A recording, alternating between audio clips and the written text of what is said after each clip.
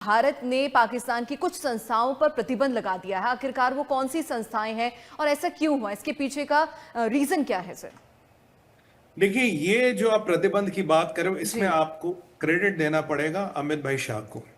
क्योंकि जब अमित शाह जी मोदी 3.0 में क्या कर रहे हैं, वो एक कंप्रेहेंसिव सिक्योरिटी फ्रेमवर्क की बात करते हैं। अब हम आतंकवाद को अलग, एफसीआरए को अलग, बिटकॉइंस को अलग, हवाला को अलग, ड्रग्स ट्रैफिकिंग को अलग, माओवाद को अलग, एक टाइम में हम ऐसे देखते थे। अब एक जो कंप्रेहेंसिव नई नीति आई है अमित भाई की, उसमें है डिटेक्ट, डिस्ट्रॉय और डिसमेंटल, यानी कि पूरे इकोसिस्टम को, पूरी व्यवस्था को खत्म कर दो, इनका पूरा जो इकोसिस्टम है उसको बर्बाद कर दो। क्योंकि अगर इकोसिस्टम चलता रहेगा, व्यवस्थाएं चलती रहेगी, आप देश को नहीं बचा पाओगे। ये इंटरनल सिक्योरिटी की नीति आपकी अमेरिका में पेट्रियट एक्ट भी है, ये सिंगापुर में और ये इजराइल में है। तो ये तीन लोग मुल्कों की तर्ज पे ये सिक्योरिटी नीति अमित भाई शाह चला रहे हैं। और आप देखिए, देश में माओवाद खत्म हो गया, आप यहाँ पीएफआई खत्म हो गया, वहां हुर्रियत खत्म हो गई। तो काफी चीजों को व्यवस्थित किया गया, काफी पुराने पुराने ट्यूमर और कैंसर खत्म हुए जो 50-50 सालों से चल रहे थे।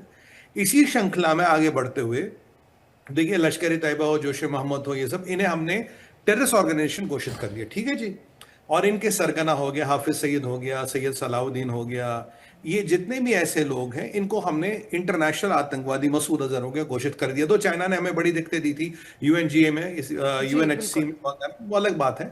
बट अब भारत क्या करा, भारत ने अभी 23 इंडिविजुअल्स को, जो वेरियस पाकिस्तान में जिहादी संस्थानों से जुड़े हैं, इनको हमने घोषित कर दिया आतंकवादी, और इन पे यूएपीए के तहत हम कार्रवाई करेंगे। देखिए, पहले भारत की नीति होती थी 2019 से पहले कि भाई हम संस्था को घोषित कर दे, बात खत्म।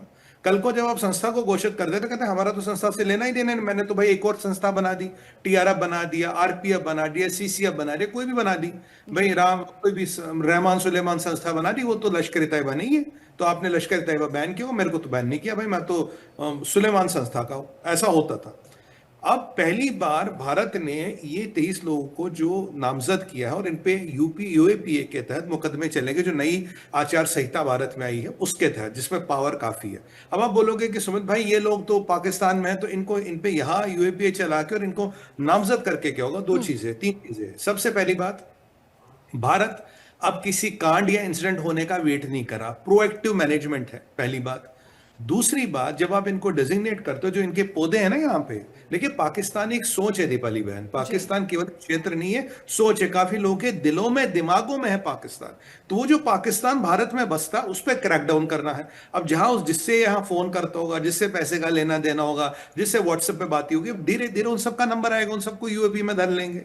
और तीसरी बात जो है, जो सबसे इंपॉर्टेंट है, जो हमने अभी 23 लोग डेजिग्नेट किए, ये हम अमेरिका और एफएटीएफ को बता रहे हैं कि तुम्हारा चाहिता पाकिस्तान अब भी जहादी और आतंकवादी है।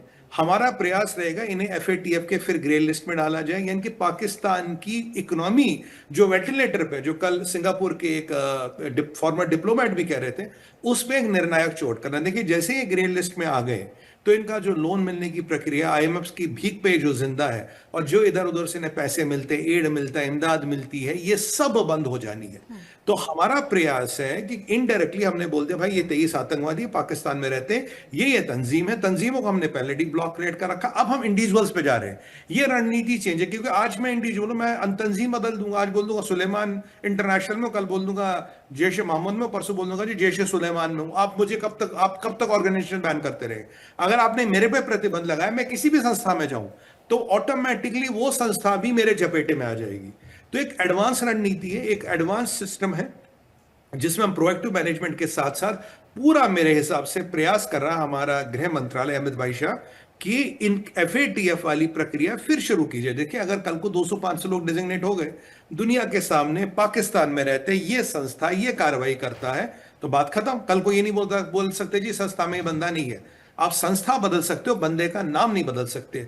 आप टीआरएफ निकाल सकते हो, एफसीएफ निकाल सकते हो, पर हाफिज मोहम्मद सैयद ही रहेगा, सलाउद्दीन सलाउद्दीन ही रहेगा। तो ये एक भारत की नई रणनीति, एक भारत का एग्रेशन है, भारत का प्रोएक्टिव मैकेनिज्म है, जहां आतंकवाद को स्ट्राइक करने से पहले हम उससे, उसके आकाओं से, और जो इनको संरक्षण देते हैं उन पे चोट करने का प्रयास करें, और दुनिया को दिखा रहे हैं कि तुम्हारा जहादी पाकिस्तान सुधरा नहीं है, वो बिल्कुल वही का वही है। जी।